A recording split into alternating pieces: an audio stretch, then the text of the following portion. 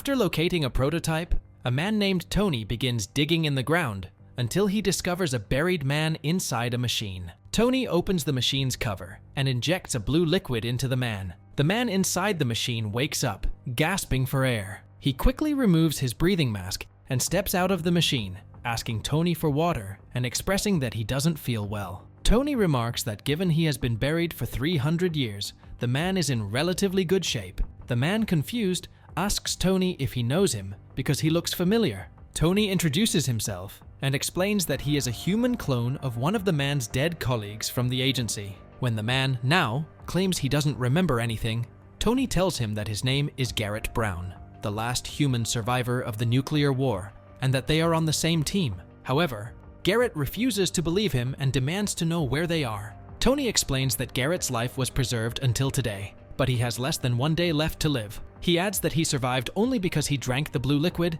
and he injected him with an additional liquid when he found him to help him remember. Tony tells Garrett that he needs to remember to move forward. Tony insists that Garrett should believe him, especially considering he is dying at that moment. Doubting him, Garrett questions the liquid Tony gave him. Tony explains that it's an alien supplement and urges Garrett to concentrate because they don't have much time. Tony says that hopefully he will remember what he needs to know. Garrett remarks on the word hope and recalls Reverend Hope and the case associated with him. He remembers that the United States government labeled Reverend Hope as just another false messiah.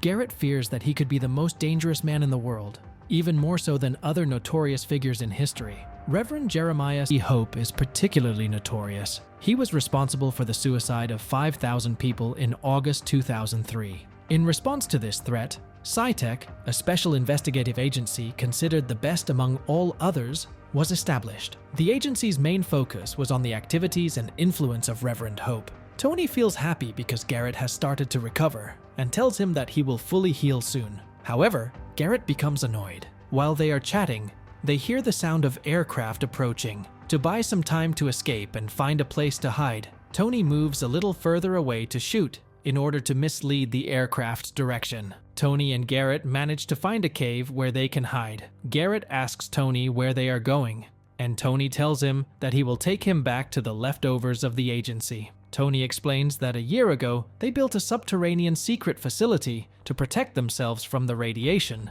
but the humans died. Then they get some alien technology, and they are able to clone themselves. However, only the fittest and strongest survive. Tony asks Garrett if he remembers anything else, but Garrett responds that he still has no memory of the events and inquires about who buried him. Tony explains that Virgil Conway buried him to preserve his life, and reveals that Virgil, who is now dead, was also Tony's creator. He then asks Garrett if he remembers Virgil, but Garrett does not recall him either. Garrett then asks Tony why he came to find and help him.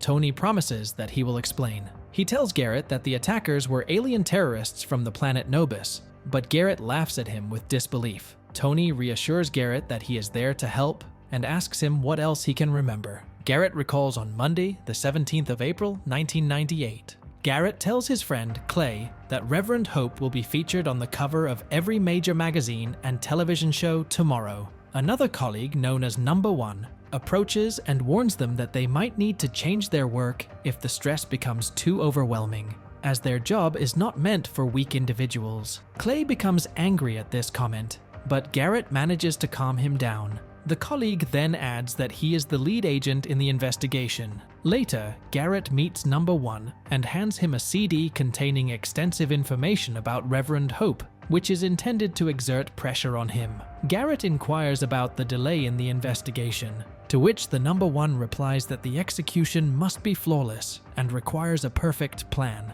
Afterward, Garrett drives to meet a friend and gets into his car. His friend provides him with a file related to the picture Garrett had asked him to investigate. He mentions that he went to Italy to find this man and finds that his name is Virgil Conway, and also gives Garrett a picture of Virgil's girlfriend Rosa. He informs Garrett that he will contact Virgil the next day. The following night, Clay comes over and presents him with a document from Virgil. This document has information about Link's Future Corp to the Hope Ministries, but Garrett isn't satisfied with this, so he says he wants to catch Reverend in the act. His friend also thought he would say this, and told Garrett that Virgil told him someone from Future Corp was going to deliver a package to Number One tomorrow night. and the package might be 2 million in cash. Garrett says that this is going to be great evidence, so they will take it to Hines in the morning. In the morning, they give their evidence, and Hines informs them that if this evidence is not reliable, they are putting their job in danger. At night, Clay catches Number 1 holding a briefcase to meet Stu Hearn,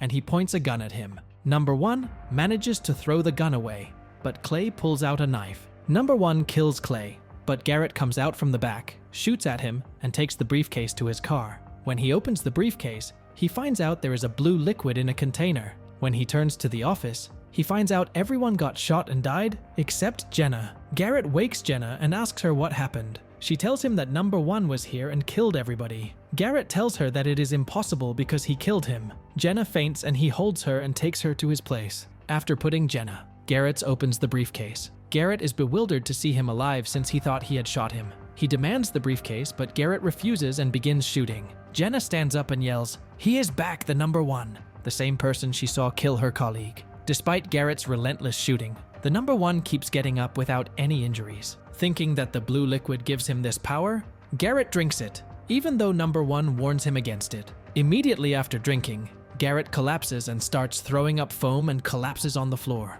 Observing Garrett's situation, Jenna loads her gun and aims it at him, but Number 1 punches her, causing her to fall. He seizes the chip containing vital information by saying information is what real power is, kills Jenna, and leaves. The room is empty, except for a cat sitting in the middle of the floor. He lifts the cat up to his eyes, and suddenly the room fills with light. He finds himself in another place, where a man is standing. Number 1 hands the chip to the man, who then places it on his forehead. The man instructs Number 1 to proceed to the next mission, and they exchange their briefcases, and tells him his next brain is a very important leader. Number 1 tells Hein Garrett is the killer, and Garrett is trying to explain what happened last night. After a lot of argument, Number 1 kills one of the guards who comes with a gun and points it at Garrett. Number 1 asks Garrett how he could survive after drinking the liquid it is supposed to kill him. However, Garrett is now stronger even more than Number 1. He tells him that he is the only one who survives the liquid, so he needs him alive, and adds he is the only one who can help him. But Garrett refuses and leaves the room. Garrett tells Tony this is the last thing he remembers. Tony tells him to be patient, and they keep going. Then they go and meet Hines' clone. Hein tells him there is still half a chance to finish his case. Tony and Hines explain that they were programmed to bring him after the radiation level drops, and they will know about Virgil's message. They arrange a computer into his head and ask him about Virgil. Garrett recalls that Virgil draws an imaginary planet picture and tells Rossa that it is called Nobus Planet. Reveland announces that after 5 days, an earthquake will devastate Southern California. Garrett sees Virgil holding the blue liquid, and others come at him. Virgil helps Garrett while he fights with them, and they tie them up. When Garrett tells him he drank the liquid, Virgil shoots him to be certain. Virgil tells him that he comes from planet Nobus, and he is from Marukan Army. He adds that Reveland is a human pupper controlled by alien boss Alatarek.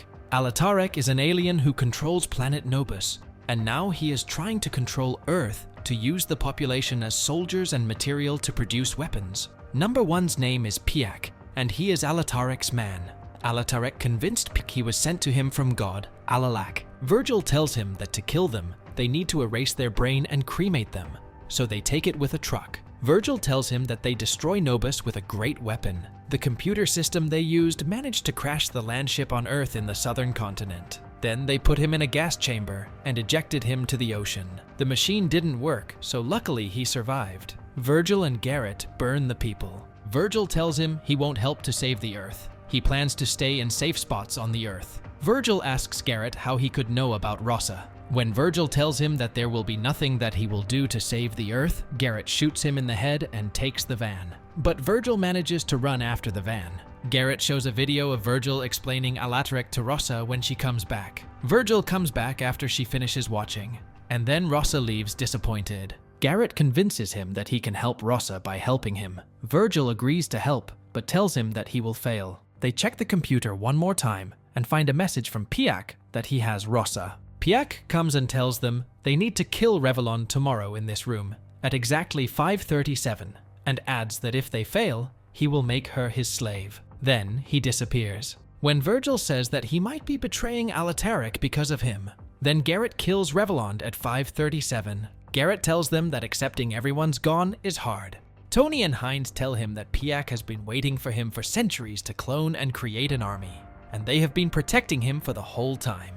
Garrett activates the Virgil message with his palm. Virgil tells him that he preserved his life because he couldn't survive the alien supplement he took. He tells him that his community agreed to give humanity a second chance, so he needs to go to a palace in the hidden city. Virgil shares the direction in Garrett's mind. Before they get out, Piak comes in front of them. Hines' clone tells Tony and Garrett to get out, and he explodes the place. Tony and Garrett manage to run away, and Tony gives Garrett the last alien supplement they have. Then Garrett grants access to the hidden palace, but Tony can't, so he leaves him outside. Queen Ilona welcomes him and tells him he will give humans a second chance. Ilona commands him to commit suicide to travel back through time to save the human race. The aliens start surrounding the hidden palace and start killing people. Tony manages to join Garrett, and they fight with the aliens. Piak kills Tony and Ilona. Ilona gives Garrett her necklace to erase thoughts with. Piak tells Garrett to give him his DNA sequence, and he will live. Garrett refuses and starts fighting with him. Then Garrett manages to erase his thoughts and shoot at him.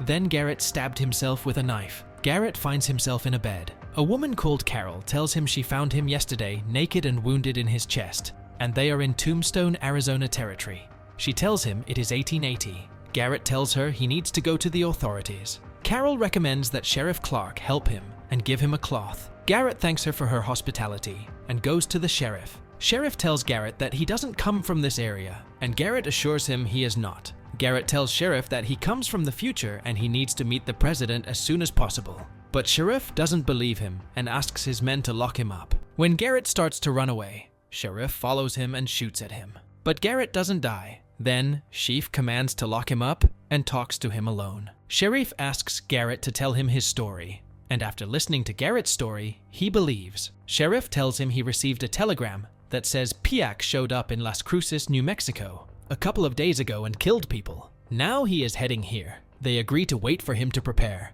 Piak comes to the jail where Garrett is locked up and orders Sheriff to release Garrett. Otherwise, he will kill everyone who opposes him without regard to gender and age difference. Piak offers the cowboys around for $1,000 to fight with him. Garrett tells Sheriff that whatever happens, he can't capture him. He can burn his body if that is necessary. Then Sheriff lets him out, and they start fighting with Piak and the other cowboys. All of them died except Garrett and Piak. Garrett kills himself and Piak. Then he comes back to the future. Someone in the car gives Garrett the liquid. And with that, the movie ends. We hope you enjoyed our recap. Like the video and subscribe to our channel for more amazing recaps. See you in the next one.